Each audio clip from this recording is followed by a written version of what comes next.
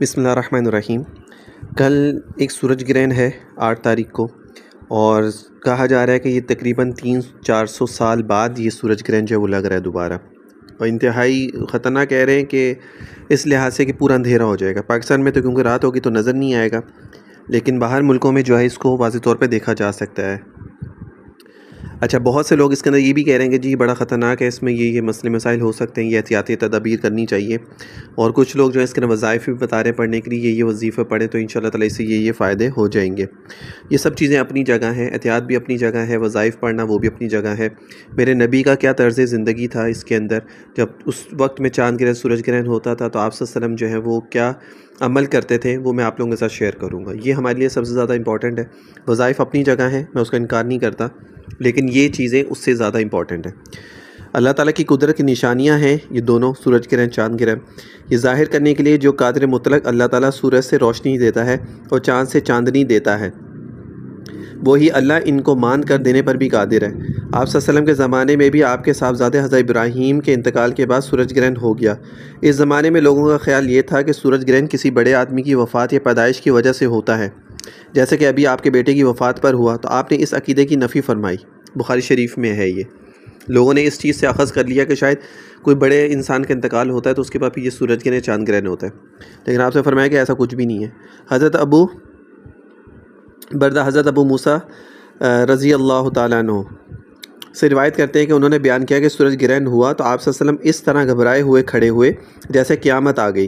آپ مسجد میں آئے اور طویل ترین قیام اور رکوع اور سجود کے ساتھ نماز پڑھی کہ اس سے پہلے آپ کو ایسا کرتے ہوئے نہیں دیکھا تھا، اور آپ نے فرمایا کہ یہ نشانیاں ہیں جو اللہ بزرگ و برتر بھیجتا ہے، یہ کسی کی موت اور حیات کا سبب سے نہیں ہوتا، بلکہ اللہ تعالیٰ اس کے ذریعے اپنے بندوں کو ڈراتا ہے۔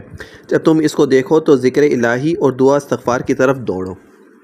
2-3 چیزیں تو ہمیں پتہ چل گئی کہ جب یہ ہو تو اس ٹائم کیا ہو، اللہ کا ذکر کرنا چاہیے، دعا کرنی چاہیے اور استغفار کرنا چاہیے۔ لہٰذا چاند گرہن اور سورج گرہن کے وقت ہمیں تعلیمات نبویہ کے مطابق اللہ تعالیٰ کی طرف متوجہ ہو کر نماز، دعا اور استغفار میں مشغول ہونا چاہیے۔ صحیح بخاری کے اندر ہے یہ۔ چاند گرہن اور سورج گرہن کی نماز۔ چاند گرہن کو خسوف کہتے ہیں، خاص ہے خسوف، اور چاند گرہن کے وقت 2 رکعت نماز دیگر نوافل کی طرح انفراداً پڑھنا مسنون ہے، یعنی اکیلے میں پڑھنا سنت ہے۔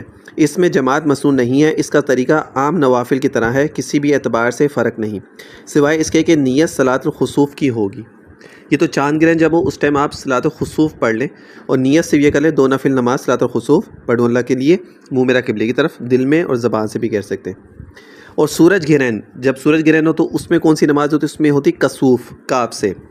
سورج گرہن کے وقت بھی 2 رکعت نماز پڑھنا مسنون ہے، ہاں اگر تنہا پڑھ رہا ہو تو 2 سے زیادہ بھی، 4-6 جتنی چاہے پڑھ سکتے ہیں، یعنی اگر اکیلا انسان پڑھ رہا ہے تو 2 نفل کر کے 4، 6، 8 جتنے زیادہ پڑھنا چاہے پڑھ سکتے ہیں۔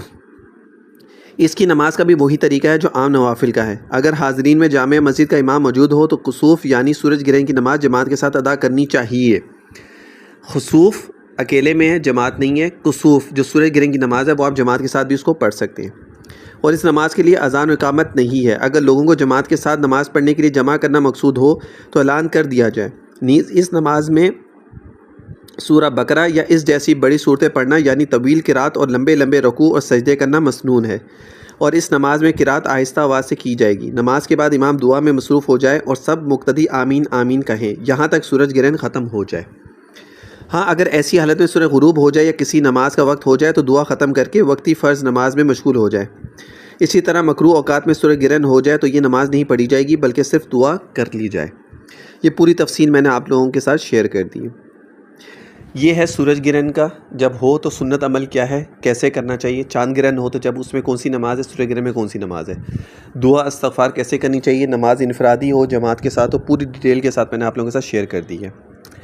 کوشش کریں کہ اسی طرح اس کے اوپر عمل کیا جائے جیسے میں نے آپ لوگوں کو بتایا، تو اللہ تعالیٰ اس میں آسانی فرمائے گا۔ اور احتیاط اور وظائف اگر کوئی آپ پڑھتے ہیں اس کے اندر کوئی خاص خصوصی ہے تو وہ بھی کر سکتے ہیں، کوئی حرج نہیں ہے، نہ میں نے اس کا انکار کیا، لیکن ہاں یہ ضروری ہے کہ جو سنت عمل ہے اس کے اوپر عمل کیا جائے، وہ زیادہ ہمارے لیے ضروری ہے۔